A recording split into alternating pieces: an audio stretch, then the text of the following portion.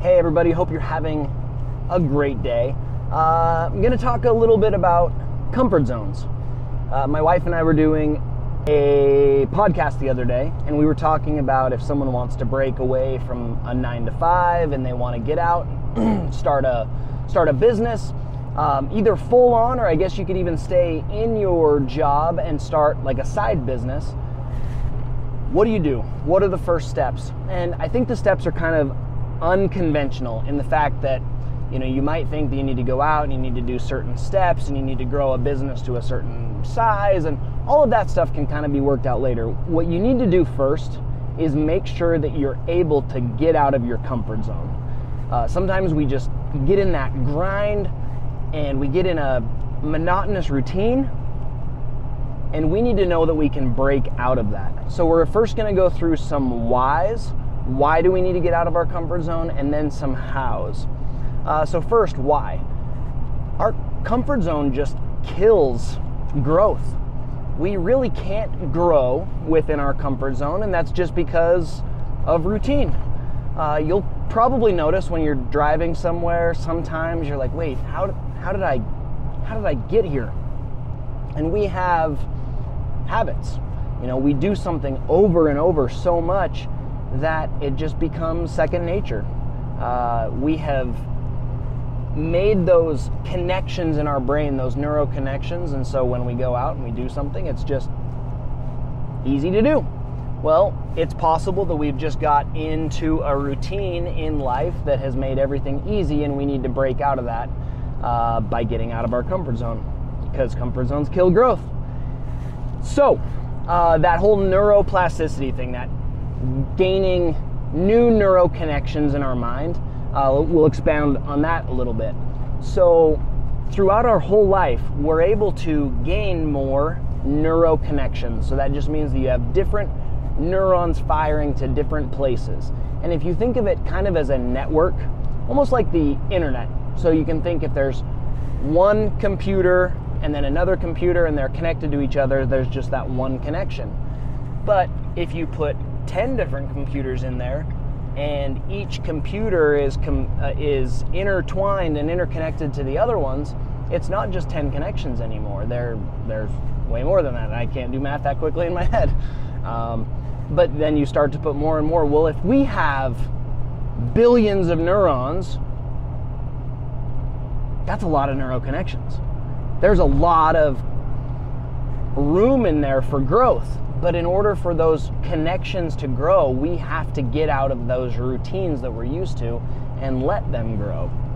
I was asking my friend Blake today, why are some reasons to get out of a comfort zone? And I really liked his answer. He talked about frustration. And if you've ever felt frustrated where you're at, it definitely could be that you're in that monotonous routine that's not allowing for growth. I think as humans, we are yearning for growth, but sometimes we like where we are. And we have different levels where we're at. So we talk about your thermostat. You have a weight thermostat. Let's say it's 200 pounds.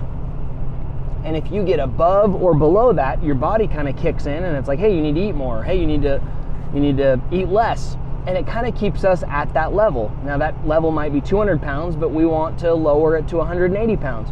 We have to change some things, change some habits, get into some new habits, and then we change that thermostat. You probably have a financial thermostat. You know, there's a certain amount of money that's in your bank account, and when it gets above that, you're like, sweet, I can go spend it. And when it gets below that, you're like, oh crap, I've got to buckle down and I've got to make this happen. Many people's financial thermostat is in the negative. And once their credit card debt gets to a certain point, they're like, oh crap, I've got to do something. So we need to break out of that. That thermostat is set, and it's probably our body's, I'm not a psychologist, but I'm going to say that it's our body's mechanism to keep us safe. So, if you're feeling frustrated, got to change something. Got to get out of there. Let's make that happen. Now, how are some ways that we can make that happen? That's extremely individualized. And it also depends on where we're at. You know, if you want to change something financially, that's going to look very different than if you want to change something physically, maybe with your weight, or emotionally. You want to make relationships better, whatever that ends up being.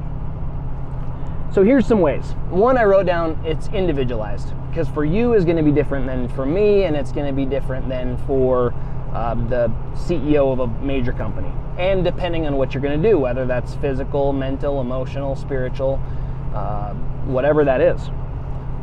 But here's just some ideas. You could go skydiving. That one scares most people. But statistically, you're going to be okay. So this is actually teaching you some things. It's teaching you, one, that you can just go do something, even though you're scared to do it. Two, you're going to be taking some risk. There is risk involved. You might die. Probably not. Statistically speaking, you're going to be just fine, but there's some other risk that's involved in there. You might get in a car accident on the way to skydiving. You might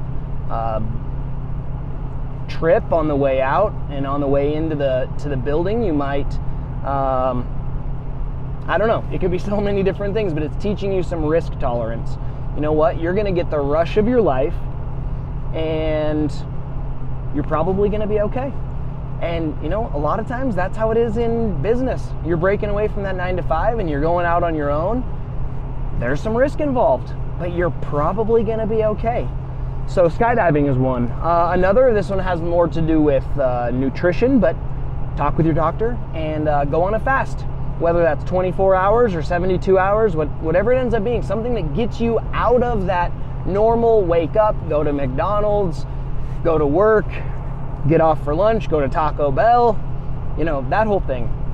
Fast. It's tough, but it gets you out of that comfort zone and it lets you know that you can do it. Something else is asking other people for help. We have a tough time as a society asking for help. We're like, oh, if I ask for help, then it's gonna make it look like I'm inferior and this and that. No, just go ask for help. If there's something that you want to do and you want to be better or grow, go ask. You know, you want to develop real estate, go talk to a real estate developer. You want to lose weight, go talk to someone who has lost weight. It does get us out of that comfort zone, and it lets us know that we can make things happen. Go help people and volunteer somewhere. Go do a medical clinic in a different country. Go gather shoes and go, whatever it ends up being. Just something that gets you out of that grind and shows you that there's so much more to this world than grinding it out every single day. You are truly powerful beyond belief, and I can say that not even knowing who you are, because I know your potential as a human being. We all have something in us, some unique ability, knowledge, a way that we can converse with others, something. You have something that many, many people need, and it's just getting out there and figuring out what it is. So we need to get out of our comfort zone so that we can grow. Some ways that we can do that are completely individualized. That's up to you. But the challenge is to get out there and to make it happen. I believe that's one of the first steps that you need to take in order to break away from that grind and get where you want to be in life. So let me know how it goes. If you have any questions, as always, let me know. You're awesome, and we'll chat soon.